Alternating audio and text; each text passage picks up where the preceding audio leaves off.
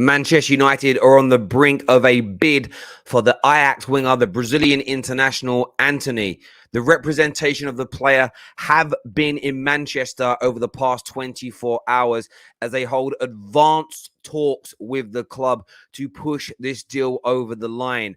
Manchester United want Antony. He is one of the next big targets this summer. Man United are not done in the transfer window. On top of this, Anthony Martial is set to stay after being very, very impressive this summer so far. And it's tipped that even if Ronaldo returns, it will be Anthony Martial who starts the season as the number 9 for Manchester United. And I'm going to tell you why this is one of the best pieces of news in 10 years at Manchester United.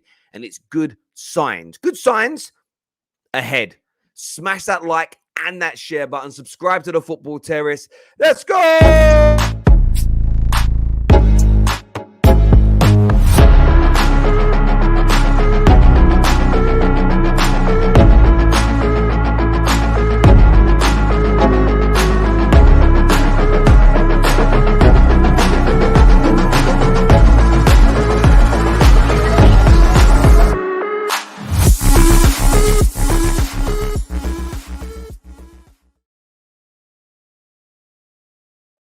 Morning and welcome back, people. One of Antony's representatives is understood to have been in Manchester this week. It actually turns out it was yesterday. He may still be here now. Ajax are demanding a hefty 68 million for him. Man United are expected to negotiate further with the club and push for a resolution. This is a move the player wants. Unlike a lot of transfers this summer, this is a player that wants to be at Manchester United. This is a player that wants to come and play at the Theatre of Dreams. He's a player that Erik ten Hag likes, of course, rates, developed him very much at Ajax. This player is raw. He is full of brilliant techniques, skill, silks, the ability to beat a man, the ability to put someone on their backside, get to the byline. The outputs are the next element for this player to come through. But the rawness, the natural talent within Antony is absolutely impeccable. And he's a player that Liverpool are monitoring, a player that Arsenal are looking at, a player that Chelsea have been monitoring over the course of the summer. And my understanding is that the reason that those clubs haven't advanced their move yet is because the price is the same for them as it would be Manchester United. And they know the player has a preference for Manchester United. So there's a reluctancy to really go in full hog for him at this moment in time. This is a little bit Lisandro Martinez-esque. The player loves the idea of the Prem, loves the idea of Man United, but the Ten Hag factor will reign supreme in this, most people believe. But of course, there's very much a kind of feeling that, Ajax don't want to sell anybody else. And we know this to be true. Ajax don't want to sell anybody else. Ajax want to get as much money as possible. So this becomes about how much are Man United willing to pay and can they drive the price of the player down? That's going to be the key factor here for Manchester United. He's currently valued with the leading football consultancies. So you've got the Observatory, you have KPMG. He's currently valued around £55 million, somewhere in that region. They're demanding around £13 million above his valuation. That's the question I posed to you this morning. Is he worth £13 million above his market valuation? That's the big question for Man United fans to sit there and deliberate. KPMG, the Observatory, have him valued at around £55 million. So if we paid £55 million, you're not overpaying. You're paying quite literally the industry standard price for him.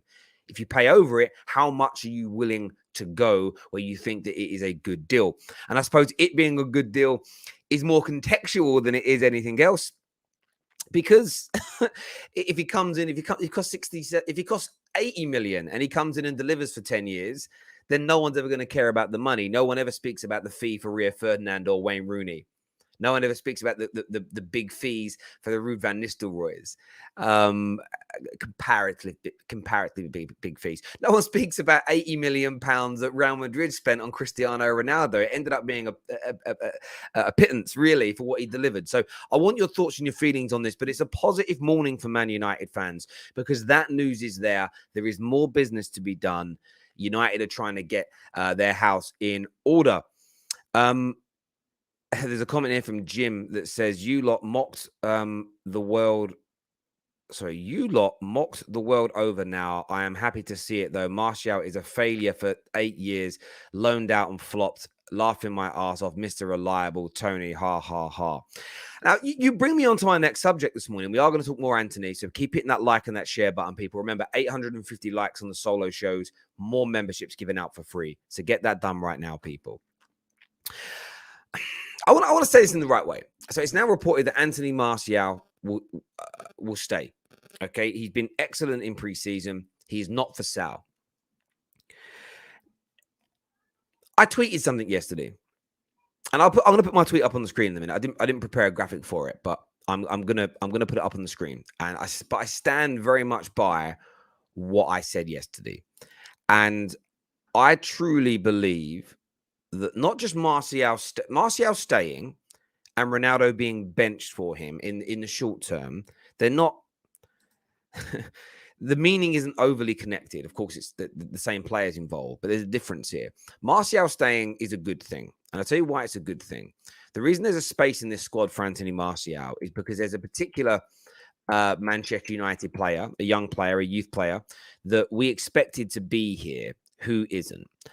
And that created an additional hole in the squad for Man United. When Man United were planning for their summer, not that they had all their targets picked because we didn't know who the manager was going to be.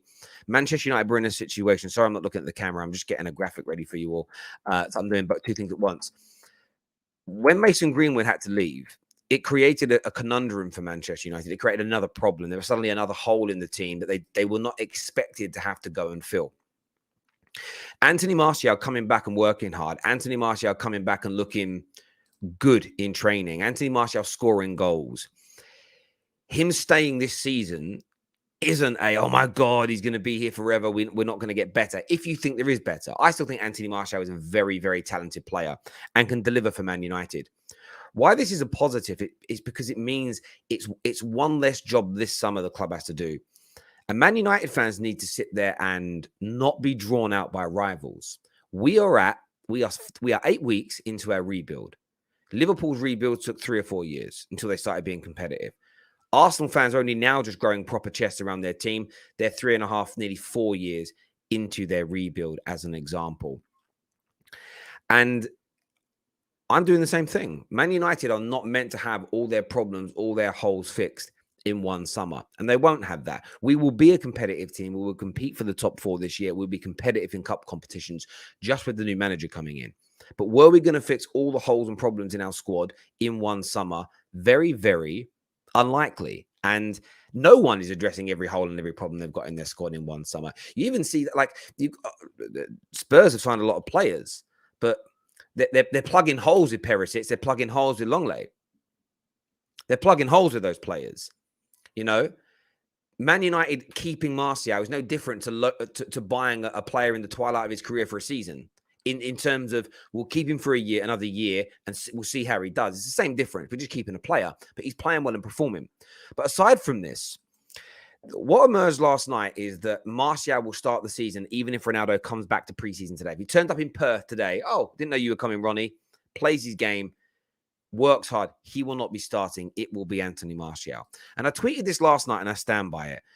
Martial benching a returning Ronaldo would be the biggest sign of change and progression at Manchester United in a decade. And I followed that tweet up by saying, if this needs explaining to you, then you don't understand Man United's problems. And I don't expect rivals to get it. I expect rivals to banter it.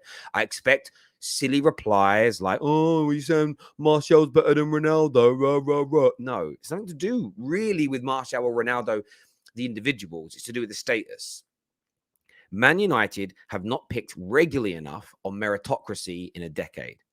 Manchester United have allowed player power. If indeed what Ronaldo is doing is player power, him sort of trying to force a move. We know he's trying to force a move. Fabrizio confirmed via Mendes yesterday that they are pushing hard every day for a new club. We are showing that we're not going to let player power ensue. You know, Paul Pogba's greatest game for Man United, in my opinion, was the comeback against Manchester City in the derby. Brilliant performance, 2 goals, great. That week it emerged that him and his agent were trying to force a move through to Manchester City only a couple of months earlier. That should get you dropped. That should have you dropped. There should be an element of, hang on a minute, you ain't doing this to us. You've got 4 at the time. You've got 4 years left on your deal.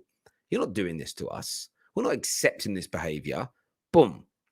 When a manager walks in and says, listen, I want to get rid of these 2 players because they don't fit my style, my system. No, they're too good for us commercially. They're too popular with the fans. We're keeping them. This is why Man United fail. Man United had a famous example back in the 2014-15 season. Angel Di Maria was playing well, got injured. Ashley Young came in, sensational, 4 or 5 games on the bounce. Di Maria came back. One of the reasons that he decided to leave the football club was due to this little period where he couldn't get back in the team over Ashley Young. And then the club crumbled. LVG was made to play Di Maria again. He didn't even perform that well comparatively to what Ashley Young was doing. And it set a precedent at the club. The big players rule the roost. Player power rules the roost. And this is why it's important for Manchester United fans to not allowing player power to dictate the football club. So saying, well, listen, you haven't had a preseason. It doesn't mean that Ronaldo can't work hard and get back into the team. It just means, well, you haven't had a preseason. You shouldn't just walk back in. There is also an element of meritocracy, which I mentioned. And I'll give you an example away from Man United. Harry Kane should never have started the Champions League final for Tottenham back in 2019. Should never have played that game. Not in the month of Sundays. Wasn't fit. Didn't play in the semi. And you ended up dropping a player that had the greatest moment in modern-day Spurs history by getting a hat-trick in the semi-final. That, for me, was one of the reasons they lost. Bringing Harry Kane on with 20 minutes to go would have been the sensible thing to do. Sometimes you have to know when to not play a certain individual. Sometimes you have to know when to drop someone. Sometimes the club has to know when to sell somebody. These things have to happen almost organically. And Man United have been horrendous. And I repeat that, Man United have been horrendous at that. So I stand by my statement 110%. If it takes Ronaldo 4, 5, 6, 7 games to get back into this Manchester United team, and we are rewarding places on form and meritocracy, the commercial superstar poster boy players are not dominating the first team squad irrespective of form, then Man United have an opportunity to progress. Now, this doesn't mean, this means we're going to be successful again. Terry said it. That isn't what I'm saying in any way, any shape, or any form. It's a sign of change. We need that sign of change to turn into consistent change. We need that consistent change to turn into a new culture and mentality at the football club, new standards being set. Because as I've stated for 9 years consistently on socials now, never really gets listened to. But every time I tell you, if we don't do this, we'll end up in the same position. We end up in the same position. Standards, culture, behavior. Culture eats strategy for breakfast every day of the week. When you get that right and you spend what we spend with a top-class coach, we will be successful again, with or without the Glazers being here. How do I know this? Because we were very successful with the Glazers before the standards and the culture and a lack of top quality managers fell away. So the proof's in the reason I know I'm right, without saying arrogant, the reason I know I'm right is because we've done it before. And then those things all fell away and the club fell apart. We often get focused too much on, is McTominay good enough? Is Fellaini good enough? Is Rashford good enough? Is Bruno good enough? Is Ronaldo the problem? No.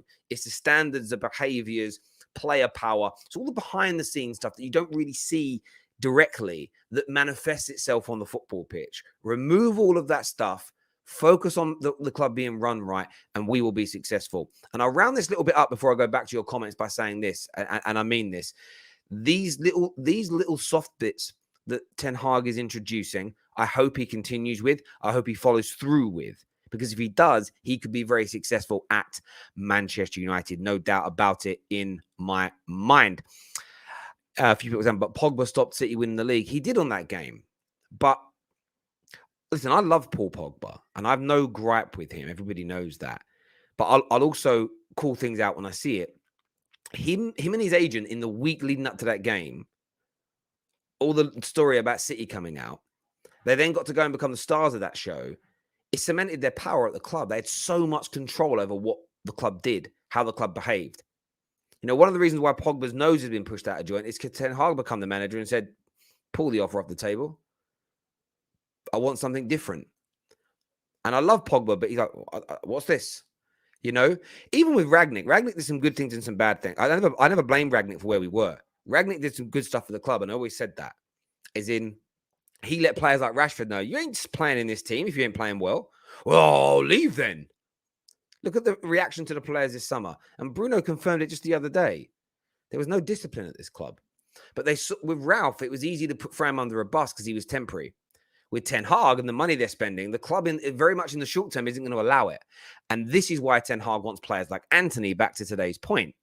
Because if they're in a position where they can bring in 4 or 5 players that buy into him already, you're always going to get some early adapters and early converters in the current United squad. If he suddenly has 11, 12, 13, 14 people on his side, it makes it harder for player power to ever take a grip of that dressing room again. Doesn't mean it won't. But there we go. Kim here says, stop lying, the deal a bit advanced at all. When a club is about to submit an official bid, according to the media, when representation flies to the UK to sit down and have deep, detailed talks with Manchester United, that is advanced. That is very advanced, because there's only there's 2 stages that come next. There's a bid that either gets accepted, which means you've got the player because personal terms are no problem, or the bid is declined and you negotiate and then put a new bid in that is accepted.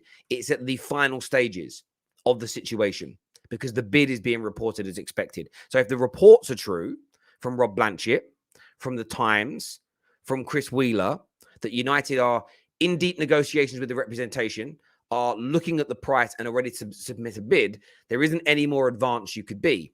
Unless you look at the whole transfer process. I focus on the transfer process from the initial interest right through to the deal being done, personal terms being agreed. Everything that comes after that, the legalities, the medical, I couldn't give 2 craps about because it's boring myself. So this deal is at an advanced stage by proxy. If you don't believe the reports from the Times, from the Daily Mail, from Rob Blanchett, then I totally respect your opinion, Kim. But if we're talking about the reports and we report on them, it's advanced. It can't be any more advanced, because what's the next stage after this? Him holding a shirt. It can't be advanced then, because then it's done. I'm so sorry. It's very strange to me. Very strange to me how people see it differently. Terry, do you think Antony's style of play is suited to the Premier League? For me, it's giving me Pepe vibes. Potentially, any player coming in could flop. Any player moving between Prem Club to Prem Club could flop. We've seen it before. But I tend not to focus too much on the negatives with signings, unless it's a player that I don't rate. And with Antony, I rate him. I think there's a tremendous amount of talent, a tremendous amount of ability within him. So it's one I'm excited about more than worried about. But of course, there's always a chance, especially at 60 odd million. There's always a chance a player could flop. There's always a chance a player won't do anything else. Terry, come on, bro. Give us some City. We did City news yesterday. Cucurella bid rejected. I let that tea get cold again. Cucurella bid rejected. 30 million offered. They want 50 million. Isn't it amazing? A well-run club like City spending 2.5 months working on a deal for a Brighton fullback. No one's reporting on it, though. No one's reporting on how long it's taking. Why? No one's reporting that City might end up paying £20 million over the valuation of the player. Why? I don't understand it. Why is it not being reported on? I'm very confused why that's not being done. Remember, Cucurella's valuation is 20 to 30 million euros. Right, so his valuation is 20 to 30 million euros. So let's just say 30 million euros. I'm going to be very fair here to City. So in British pounds, his valuation is 25 million. You've already bid 5 million over the asking price. Brighton want 20. They want double his asking price. If City pay that, will anybody report they've paid double the market valuation for the player? It's not a dig at City. It's a dig at the media. Absolutely not. No one will care. It's fun. That's what I said to you before. City don't get focused on because the club is well run. They're successful. They're winning things. But this is when I say to people, don't get bogged down in the detail when your club struggles. Certain details when your club's struggling, because sometimes it's not how long a transfer takes as to why your club is being run bad, because you start looking at other clubs that are run well and their processes take the same. They pay over the odds. They pay more than they want to. They get bent over a barrel. All these things. And it's like, the more you research, you go, actually, I'm not going to stress about these things the media are talking about, because it's rocking horse shit. Like, those things need to be focused on. But yeah, so that's what's going on with Man City right now. But there we go. Should all Premier League teams be scared of Nunez? Listen, I've not been one of these guys jumping on Nunez's neck. I've not been one of these individuals acting like Nunez is going to be this bad player. I've not been one of these guys who's been talking about Nunez as if he's some washed niche player that's going to do nothing in the Prem.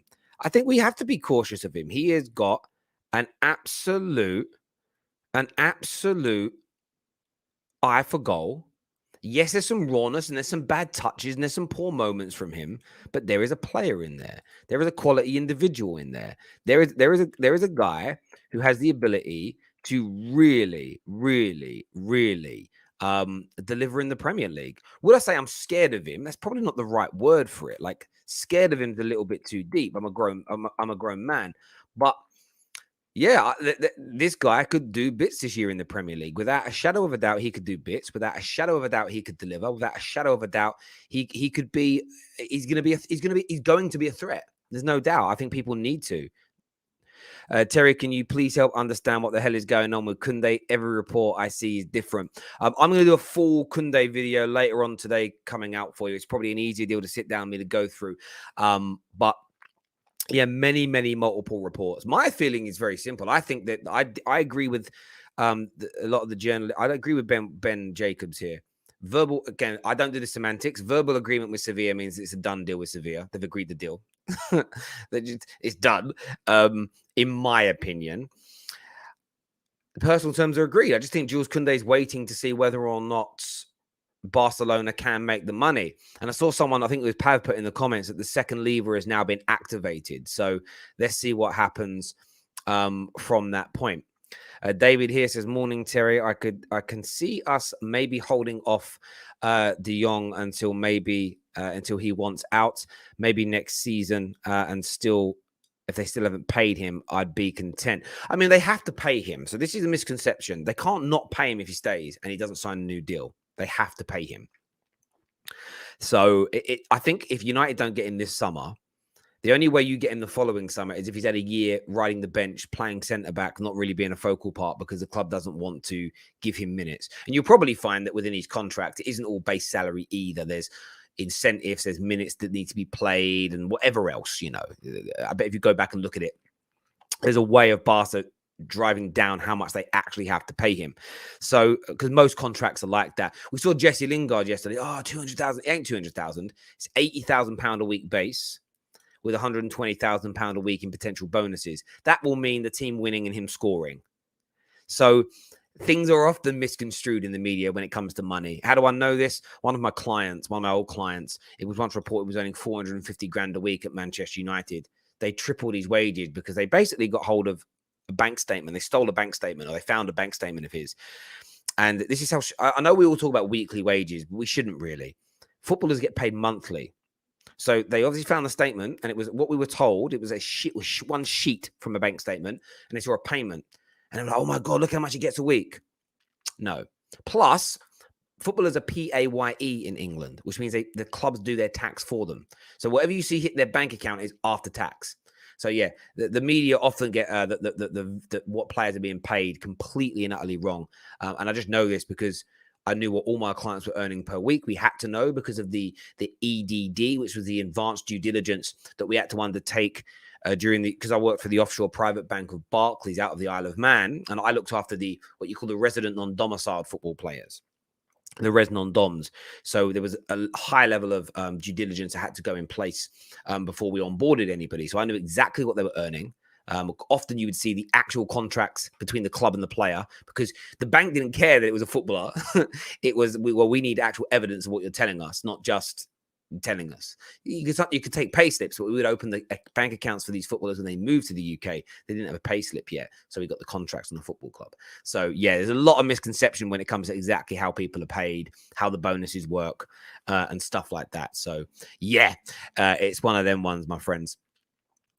There's some news going around that Barca activate their third lever when they are not. Then they will. Yeah, listen, I've seen the rumors that they will not have to sell Frankie de Jong if the third lever is activated. I've seen those rumors. I've seen that news. Let's just wait and see. Like my view is very much just let's wait and see. But I want to ask this question, people. Man United, Is it wrong that they pay around £13 million over the asking price for Antony? But why is it not wrong for Manchester City to potentially pay £25 million over the asking price for Kounde? Why is it one rule for one and not the other? I want your thoughts and I want your feelings on that, people. Darwin has been training with Liverpool's throwing coach. Okay, is that a joke? Sometimes I don't get the banter. Explain that to me, Wizzer. We go another one. Big up to Terry and all friends. No problem, Abdul, my guy. Thank you very much. Thank you very much indeed.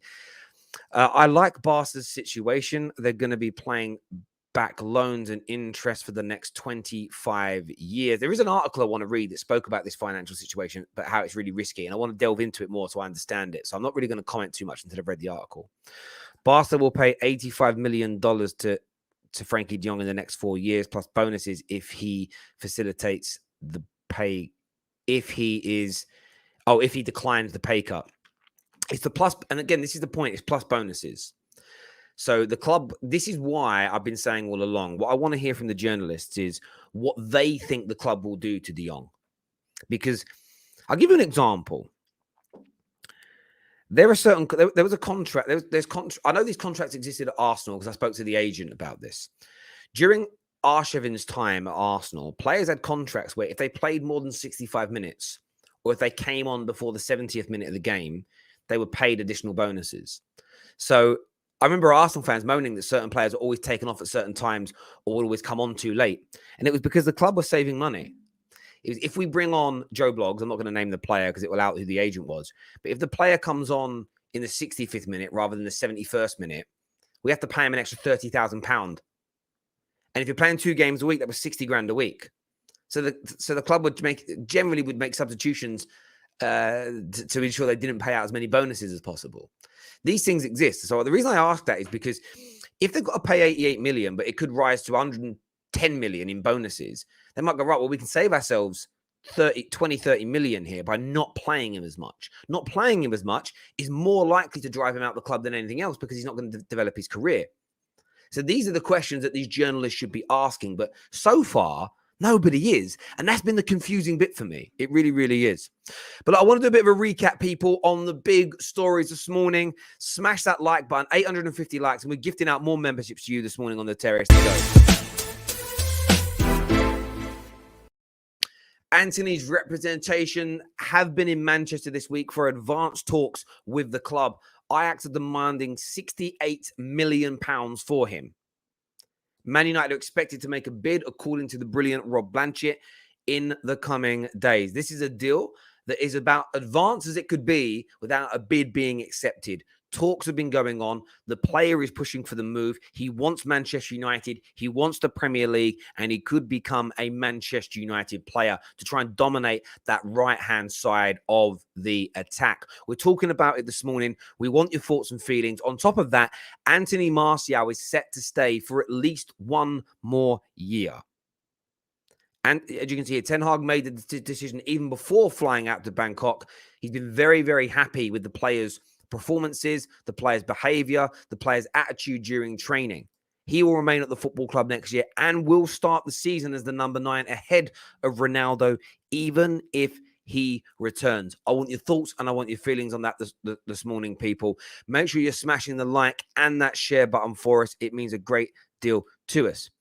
You should become a journalist and ask them yourself. Maybe you'll get the answers you're seeking. I don't want to be a journalist. I have no desire to be a journalist. It's not what I set out to do. I'm a content creator. I'm an okay one, I do okay. You see give the terrace another couple of years. There's a lot of big companies out there backing some of the other fan channels, and they're doing great stuff this summer. And we're on our way. We're only a year old in terms of doing this full time. So the sky's the limit really with where we're going to try and get ourselves to. But I don't want to be a journalist. I just never ever thought about being one. But yeah, that's it. That's it. But if I was ever in a press conference in front of Xavi, I'd ask him that question. It's as simple as that. Cameron here, clearly triggered by Man United, says United bending over for every club. is what he says there. People acting like Man United are broke. Man United can literally pay 150 million on a single player, is what Evan Schofield has got to say here today. Man, like one of our members here, Aaron says, personally, I think Kukurea is worth 50 million. And I think Antony has a lot of potential, although haven't seen much. So I would say there's much more risk of a signing. Now, I hear you. I hear you. There's the one is Premier League proven. But the point I always make is this. There's always a context that makes Man United stuff negative, and I find it beautiful. It's a thing of beauty for me as a Man United fan. You know, we can pay 10 million, 30 million over the valuation of a player, and it's, oh my God, it's terrible. Other clubs can pay double the asking price, and it'll be twisted into the greatest bit of business ever. The point I would say is this, though. It's all about Man United making their signings work. All about making your signings work. It's never really about what you pay. It's never really about the money you spend. It's about delivering. Would anybody be talking about 100 million Lukaku if he scored 30 league goals last year and Chelsea won 2 trophies? You wouldn't hear the price tag ever mentioned. So it isn't the price tag, it's buying the right player. Whether that player costs £8 million like at Robertson or £75 million like Virgil van Dijk, the price tag is irrelevant if they deliver.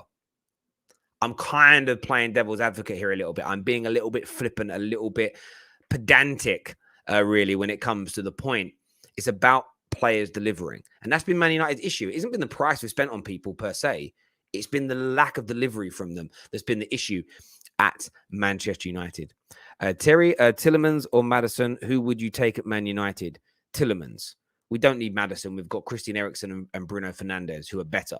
So, and Maddison's excellent, but we've got 2 better players at the club already. So I would take Tielemans. It plays a different midfield role. That would be my take at Manchester United.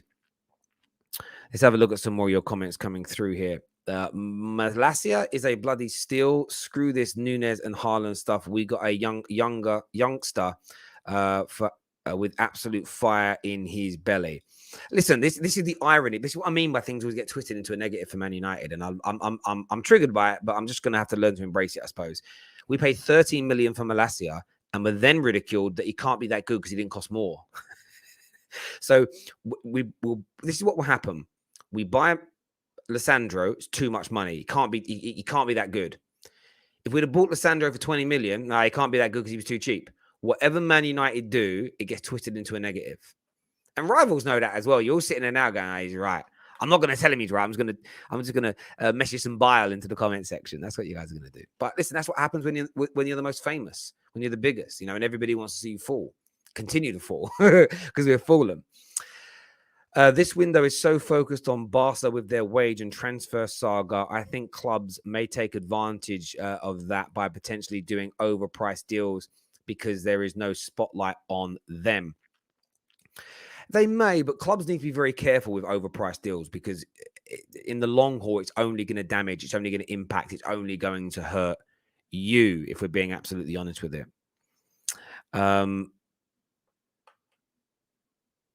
Terry, you need news sources. They gave you fake De Jong news. No, they didn't. They're not my sources. They're on the internet, bruv. I've seen people comment this like for 2 weeks. You said that there was a deal done. There was a deal done. Fabrizio confirmed it. Laurie Whitwell confirmed it. Ornstein confirmed it. There is a done deal right now between Man United and Barcelona. This is a fact. So people say, oh, you said there was a done deal, Terry. There is a done deal. So why haven't you got me for? Go tweet Fabrizio. Go tweet Laurie Whitwell. Go tweet Ornstein. They said the deal was done, not me. I just passed on the news, bruv. You've absolutely done yourself. Dry tan is here. Dry tan with dry banter. Terry gets sources from Twitter. Fabrizio's on Twitter.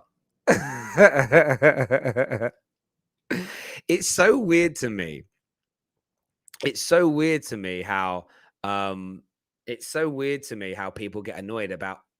I see it really because I look at other people's channels and I see like people like this on other people's channels and they share the news from the media and it's obviously a dislike for me, not what I'm saying, but it's okay, my bro. This guy actually comments on every single video I've made for the last 9 years. Imagine this. This is why I respect this guy, even though he hates me. Every day for 9 years, And I, on average, make 2 to 3 videos. Let's actually work this out. Let's work out how many videos you've done this on, right? Let's just work this out. I'm going to do it live on the air. On average, 3 videos a day, 365 days a year. Okay, that's 1,500 videos a day for the past 9 years. That's nearly 10,000 videos. This man has watched 10,000 videos of mine, and he comments on every single one. 10,000. Just so it takes in the day 5 minutes to get your phone out, to find the video, to listen, to type, to respond. That's 5 minutes a day. You times that by 5 minutes, okay? That's 50,000. 50,000 minutes this individual was spent. 50,000 minutes of his life trolling me. Bruv, I love you. Keep it coming. I love you, bro. I love you. I really, really love you. I love you for that. I love it. Terry, I'm so frustrated with this window. We should easily be coughing up 200, 250 million with our turnover without selling players. Much love. And look, you're entitled to that, bro. I think you're entitled to that opinion, and everything else in relation to being frustrated. And I would probably like a little bit more to be spent. However, what I'm noticing Man United doing, and that's why I'm remaining calm, is we're going after specific individuals to make the team better. We're going after specific individuals, and we're not just going, right, we didn't get our first choice. Our second choice isn't on for sale, so we'll go for third or fourth. We're trying to be a little bit more finite, a little bit more sort of surgical with it.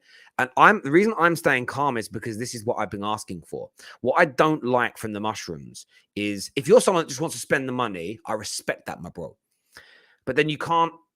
If we just spend the money, we end up with a substandard player or two because they're not quite what the manager wanted. You then can't moan later on down the line that we spent the money on them. You either get the top targets and wait, or you just sign whatever is available. We've done whatever is available for 9 years and it's never worked. That's why I'm looking at this from a completely different lens, as it were. I want to read time for a second. One second.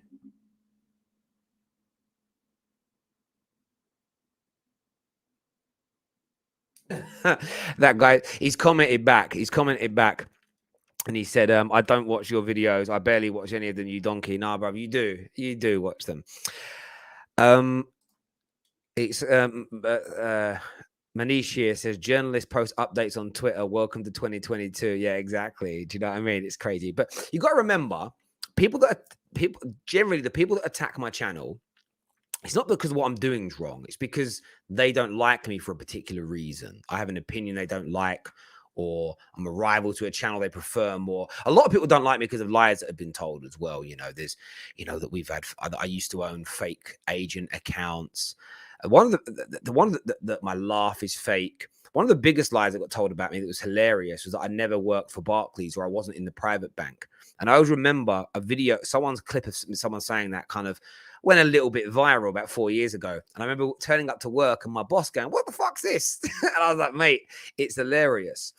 But lots of lies get told. I mean, I was told last year that I stole the concept of covering the top 6 teams.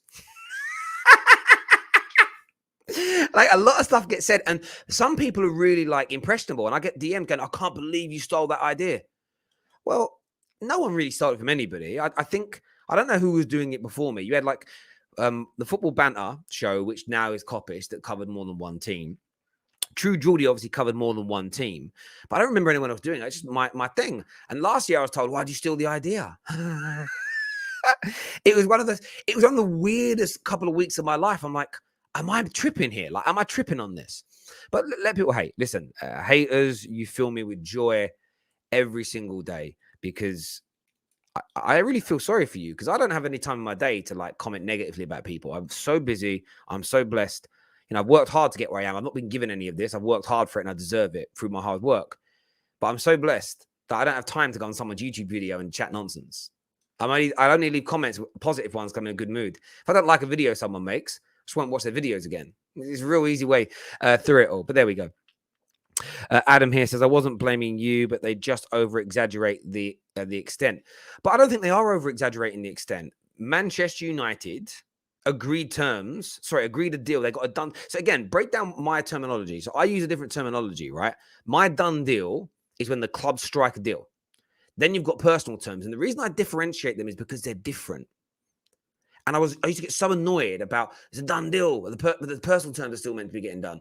Okay, cool. So I'm done deal is between the clubs. Personal terms is player in the club. Deal complete is when it's all finalized.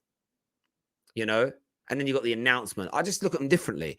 Man United and Barca have completed a deal. The deal is done between the two of them. It's not being exaggerated by Fabrizio. It's the facts.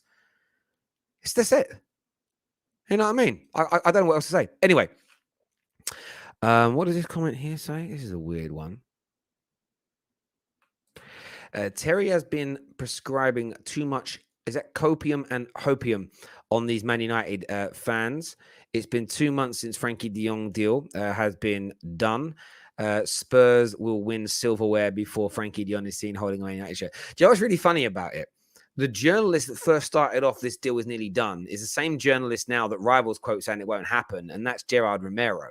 He said it's 95% done back in May. That ain't my fault. Can I ask a real question? I want to ask the community this question. Should I not report on any transfer news until the shirt's being held? And if so, are you giving that same energy to the United Stand, to AFTV, to Coppish, what other channels? United View. Why am I the only channel who's told not to talk about transfers until they're done? Very strange for me. I'm not saying you're saying that, but people say that to me. You shouldn't talk about them until they're done. I'm like, you just don't want to see me making content. I see your game. It's like all the dead content creators who go quiet in the summer because no one cares about their transfer opinion. Oh, I don't like the transfer window because it's all just nonsense. Now you mean no one listens to you? It's like I quote tweeted saying yesterday. Someone said, "What do you call a group of broke people?" Yeah, only Twitter famous. It's like all the people that are only famous on Twitter. They try to become content creators and no one listens and watches. They're some of the most bitter people out there because no one wants to listen to them. I think that's what it is. But there we go. Original base Annie here says, I swear people don't use their heads. It's 2022. Oh, they do use their heads, my friend. They know I'm not making this news up. The fact is, some people comment, why are you making up news? I'm like, no, I kind of share the news and I quote the people that are saying it, but they know all of this.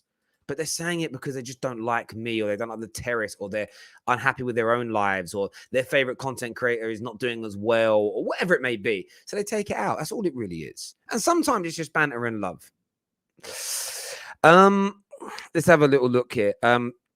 Frankie de Jong, total agreement, done deal, advanced talks, personal terms accepted have been for the last 45 days. Yeah, that's all true. And nothing's going to be signed and completed until the deferred wages are fixed. So it's all true. Thank you. Terry, your work makes me search Twitter less. Well, that's kind of the point. The point of what we do is to aggregate a lot of the news, talk about it, and then people can actually have their say live on the air. Like that's kind of the point, you know. I think you want the terrace people know the point anyway. Listen, people, another 400 likes, and we'll put out more free memberships for you, my guys. That's another thing a guy said to me yesterday. The other day, DM me going, "Oh, I hate your stuff, man." He actually hates on the channel because I give away free memberships, and his favorite channel that remain nameless doesn't. I'm like, then why don't you love me for giving them out and hate on your favorite guy that ignores you? Manish says, F that. I don't want to scroll through loads of tweets a day. Crack on aggregating. My guy, thank you. That's exactly why we do it. The mushrooms are coming out early today. Of course they are, my friend. By the way, if you remember, have you started using the new emojis yet? We've got new club emojis for everybody. I'm going to post them now. We've got Spurs, Chelsea, Arsenal, United, Liverpool, Man City. I'm going to post them now so you can all see them. There we go. There we go. The terrace has fungus fans too. Yeah, we do. I think we do. My guy here said, let's be honest, Terry. If a team like Arsenal were going through this F. de Jong situation, there would be one top 6 show roasting a gal and a fire straight facts episode with Lee Gunner. This is the thing, though. But we don't stop people from roasting Man United. So this is the point I'm making to you. Have I stopped anybody from on my shows from having a pop? I've challenged it, but have I stopped it? Hello, darkness, my old friend. I've come to talk with you again. I wouldn't do it. just because we had a Gooner on yesterday, Gooner Lee, telling us how bad United are, how we're going to come ninth, how we're going to be awful, how we're going to have problems. Did I stop it? No. We are literally the only channel that does that on a regular basis. On a regs. That's it. No one else does. Terry, if Man United don't get De Jong, do you think that Ten Hag would try and get a new midfielder? I think he might.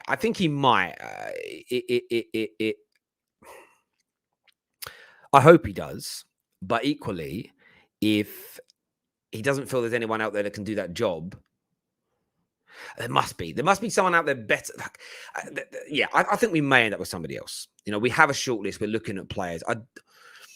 I don't suppose in my heart of hearts I truly believe that it's De Jong or bust. I don't think I believe that completely. I think Neves could come. I think Telles could come, and whatever else. But I think he might leave De Jong's position open in the sense of, well, we'll buy a different type of midfielder, a different role, and come back for De Jong or a player like De Jong later on down the line. There's part of me that would prefer to see that approach, I think. But I think we might buy someone else.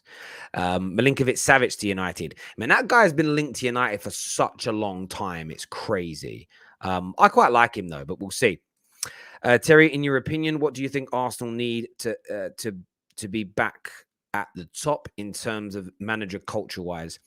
I think Arsenal's culture is pretty much there. You can tell by the togetherness. You can tell by the way the players, the way the club are kind of integrated with one another, the kind of togetherness now that they have. I think that Arsenal are in a really good space culturally. I do. Structure-wise, discipline. I think it's two things. I still think you need to get back to the top. You either need to develop them or buy 2 or 3 more world-class players, because Liverpool have so many more world-class players. City have so many more world-class players than you do. Do Arsenal have a world-class player right now? Probably not. Saliba could get there. Saka could get there as an example. But Arsenal don't have a world-class player. Thomas Partey, you could argue. Some people would. So they need more world-class players. So you're going to have to develop and buy them. But you can't probably buy those players until you're further along the line and you're regularly back in the Champions League. So that's where it comes down to your manager. Because I think you've got a squad now to make the Champions League. You've got a squad that can win the Europa League. You've got a squad that can win the domestic trophies. So you now need a manager that's able to do it. This is why the biggest test this year isn't your players, it's your manager. Is Arteta good enough to get consistent performances out to get you into the Champions League? Because without regular Champions League football and the ability to challenge for the Prem, you won't find the world-class players needed. So that's why there's a linear process to this, in my opinion. And you have to go through those stages. And Arsenal are at a point where their squad is now Champions League quality, as in it's good enough to qualify for the Champions League. You now need to have a manager to see that through. It's all on Arteta. All on Arteta, really, in my opinion, if that all makes sense to you, my friend. Brilliant show so far this morning, people. Really appreciate you all being here, giving us your time and everything else. What I really need from you, though, is those big fat like buttons being smashed. It really would mean a great deal to us if you can get that done, my people. It really, really would. I don't think so, Terry, in my opinion. Tell me why you don't think it, though. I don't mind. I like the challenge, but I need to understand what you mean by that. Eriksen can play as a deep-lying playmaker. Of course he can. He can play multiple roles. Eriksen can play multiple roles. Donny van der Beek can play multiple roles. United have got some good midfield players. I sometimes feel like that's kind of being overlooked somewhat by people, but I suppose that's just the nature of the beast. You've got to overlook it. If you look at Christian Eriksen in the Premier League last year, and you look at the positions that he takes up as well. It's interesting when you look at Christian Eriksen's heat map. Christian Eriksen's heat map is really interesting to me. Like last year in the Premier League, when you actually look at where he picks the ball up, where he plays, how he kind of conducts himself. I'm actually going to share it on the screen so you can all see the same as me. Let me put this up on the screen as you can see here. So if you actually look at his kind of heat map, it doesn't really help that I've got my QR code in the way. If I scroll that up, it'll help. You see the heat map there of him, very much that kind of left-hand side of the pitch, but spends a lot of time, this is in the Prem last year, beneath the halfway line, in the middle. Like, he touches the ball so often in games, it's unbelievable. But do you want to know a very, very interesting statistic? Let's just scroll down and look in the Premier League last year. He would, on average, lose possession 17.5 times per game. He only loses the ball. He loses the ball one time more per.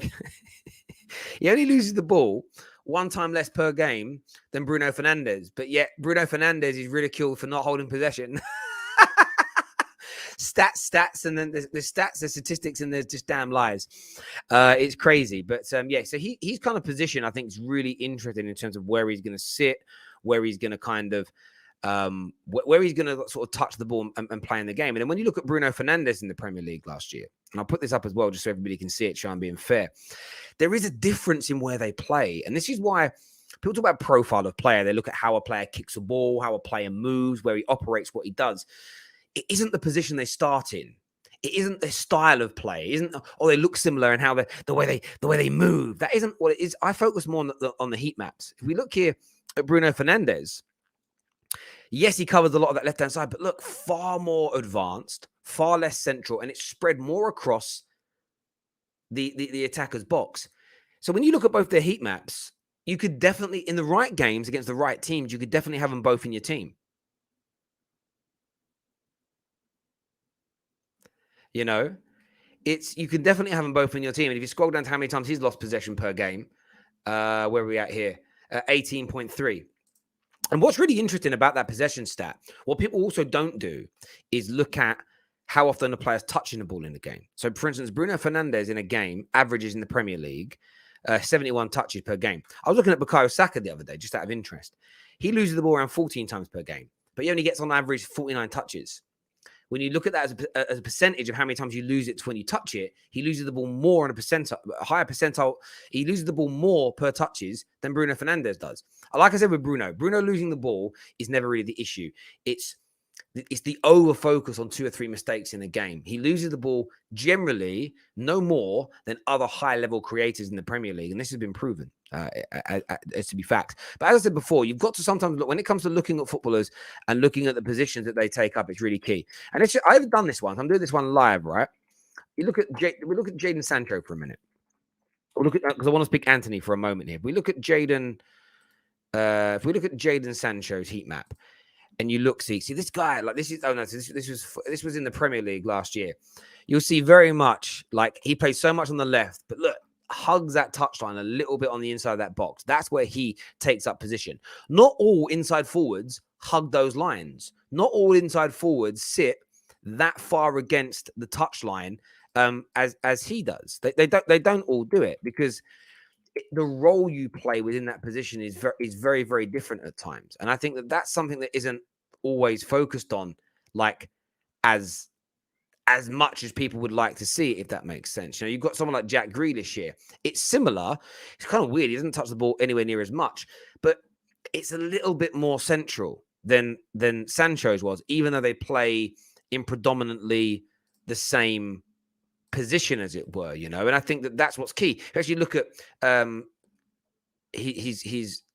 previous season of Jack Grealish, again, hugs that touchline, but a lot more work done centrally than the other player because they're different, even though they play in exactly the same position. And those are the things I like to focus on, really, is what positions do these players take up as opposed to just everything else. And when you look at Antony on the right-hand side, I mean, this is why a lot of people want Sancho on the right and Antony on the right and Sancho on the left. Hugs that touchline. I mean, if you actually look at him and Sancho, like the opposites, having that balance on either side will cause teams major problems. There's no doubt, but we will see.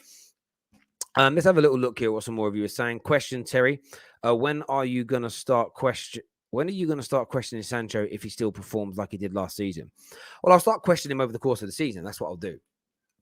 If throughout the course of the next 12 months, Jadon Sancho doesn't raise his game, Jadon Sancho doesn't improve like I want to see him improve, if Jadon Sancho doesn't go to that next level like I want to see him go to that next level, then I'll start challenging him like I do all players of all clubs. You all know I'm consistent with that. You know I don't do this whole favorites thing. So, yeah, we'll very much do that, my people. No doubt. Comment here says, a quick point on Martial. Over the past seasons, every United fan knows that he was a scorer of great goals, not a great goal scorer. This preseason, we are seeing improvements in Anthony Martial's. I think we are, but I think Anthony Martial is playing with a freedom. Anthony Martial is playing with happiness. Anthony Martial is playing with kind of like the what's the expression, that the monkey off his back, like the pressure off his back. Is that an expression? I swear that's an expression. Monkey off your back. Yeah, monkey off your back, meaning to remove or solve a problem that has been difficult to get rid of and solve. Yeah. And I think that Martial's had that problem where it's been the manager's not rating him, put into positions he doesn't want to be in, not being used regularly enough. And Martial is a confidence player. One of the reasons why I would be skeptical if we said we're keeping him for the next 3 or 4 years is what does he do next time competition comes in? And it's interesting with Ronaldo wanting to leave, Cavani being gone, Greenwood being out the picture. Suddenly, Martial's got a new lease of life. Martial's biggest issue is actually competition. He doesn't like it. But in a season where we may not have much competition for him, utilize him. And then if you can bring him better the following year, do it. Why would I be that callous? Because you've got to do what's best for the football club and not what's best for these players. It's as simple as that for me. Simple as that for me. Weight on my shoulders. Yeah, exactly. Terry, the best teams and managers have a style of play that evolves over time. Klopp and Pep will make slight changes this year, and again, they will pull away from the rest. Yeah, and I don't think it's a style of play that changes. It's the personnel within it. You know, you may, as in, the style will remain pretty universal. There'll just be adaptations to it. So both Liverpool and City are now going back to using traditional number 9 type strikers, which gives a different role to the inside forwards, which gives a different role to the fullbacks. And that slight change in evolution in the shape is key. And what the passages of play are key. The territories where you create from are key because it keeps people guessing. But they'll still play with a high line. There'll still be a high press. The style in that respect will stay very, very similar. But you have to adapt. You have to change things. Otherwise, you become predictable. And if you become predictable, you'll start losing. Just imagine after all the cheap deals by Barca, if they clear the debts next day, the transfer window. Yeah, they could do that. They very much could do that. And let's see what happens and transpires with it. It's going to be an interesting time at Barcelona. It really, really is, to see what happens over the coming kind of days and weeks and months. These financial deals, how it kind of impacts them over the next couple of years. Yeah, I'm very, very intrigued by it indeed. I am. People, we're closing in on 600 likes. Let's get that button smashed right about now. I'm being told to go check out some tweets here, people. I'm being told to go check out some tweets. Simon Phillips says Kounde is approaching Chelsea and Barca will not equal their bid. It's interesting, really, because that comes from a journalist. I know Shay. I was actually talking to that journalist yesterday from Barcelona. So that's an intriguing one. He's also one of the guys that's been quite encouraging about United getting De Jong. It's funny how it's funny that, but yeah, hopefully Shay and Simon Phillips are going to start working with the Terrace and Gimme Sport very, very soon. So I was actually on calls with both of them yesterday. Good people, really good people. Barcelona have proactively given up on Jules Kounde. They believe the centre-back will sign for Chelsea in the next few hours. Barca have never made a firm proposal to Sevilla. That's some encouraging news there, definitely for Chelsea fans, without a doubt. To predict what players Ten Hag will use next season is difficult to predict. No one knows what we're going to do next year. I don't even think Ten Hag knows fully what he's going to do next year. If I'm being absolutely honest, I think there's going to be a mixture of the two things. Martial is a world-class talent. It's a shame his career has been wasted at Man United. Hopefully, Erik ten Hag will get the best out of him. Listen, I think the talent has never been in question. It's about the delivery, without a shadow. Barca's problem isn't about debt now. They have sold the TV right. It's about the salary cap in Spain, and they are well over it. Exactly, and this is the point, my guy. This hasn't changed, and it's why the De Jong deal is still there or thereabouts. And maybe listen, this is a theory. Maybe Barca's approach is, let's get the players in we want, so that's over the line. Let's clear the debt. Then we'll focus on how we get rid of the 2 or 3 players to be able to register the players that we've signed. That seems to be their approach. I'm intrigued to see what happens. I'm really intrigued to see what happens. What I would say is this: for all the negative stories that have come out about De Jong to Man United, none of the top British journalists, Simon Peach, Simon Stones, Laurie Whitwell, David Ornstein, Fabrizio Romano, who's kind of, he's global now, really, but he sits in the British space because he gets a lot of news, the sort of similar news. Who else? Rob Blanchard, Dean Jones, Ben Jacobs. None of them have reported the things that the Spanish press have been saying about De Jong and Man United in the last few days. So, and it isn't like it isn't like all those journalists are very nice to Man United every day of the week. So it's going to be intriguing to see kind of what way this goes, the direction of these deals, and kind of everything else surrounding it. So yeah, I'm very intrigued. I'm very intrigued. Jamie here says, BS, Kounde is going to Barcelona. Listen, I wouldn't be surprised if yesterday the player sat down and was like, well, look, I'm going to see whether or not this deal kind of progresses. I'm going to see whether or not this deal happens, etc. But I think it was reported even by a lot of Chelsea press that he preferred Barca, but he was waiting. But if Barca aren't going to match the bid, it doesn't matter. Kounde is very happy to join Chelsea, and you're going to sign him, and he's a very, very good player indeed. No doubts about that whatsoever. Chelsea's defense is going to be on fire. Yeah, Chelsea's defense is going to do bits next year, in my opinion. It really, really is. Listen, my people, I appreciate you all tuning in. Jules Kounde updates later on today, plus more content for you. Big weekend ahead as well. Straight Facts on Sunday. Looking forward to doing that. And then next week, we start to really build up to the start of the Premier League. We've got a big event happening on the 3rd of August as well, which, I really would like to get. If anyone's interested in attending, if anybody's interested in coming down, send me a DM or reach out to KJ. It's going to be an excellent event. I'm very, very excited about doing this and kind of doing it. It's going to be a live event. We've got a brilliant panel for you to bring in the new Premier League season. As you can see here, this is the advertisement for it. We've got Liez coming down. We've got Boovy, Lee Gunner, Anita, Sachs, Grizz Khan, myself hosting. It's going to be a big live night, 3rd of August, a venue right near our studio where we're going to be previewing the start of the Premier League season. So if you're interested in coming down and watching that, it's available for you to come down free of charge to enter. So just let us know, but sending me a DM or something like that. It's going to be a brilliant, brilliant night indeed. And we want you there. Listen, everybody, until next time, take care of yourselves. Sorry, many said yesterday on TFT, Kounde to Barca was not likely. Yeah, I mean, listen, we just reported what was during the top 6 show. We just reported on what the Barca press was saying, but I haven't changed my stance. I still said that. Someone said, "No, I think they're going to get him." I said, "It ain't over yet. I still fancy Chelsea," and the news this morning looks like Chelsea, but we will see. Yeah, Lee Judges, sorry, not Lee Gunner. Lee Judges, sorry, not Lee Gunner. So if you guys want to come along, let me know. Listen, people, until next time, take care. Goodbye.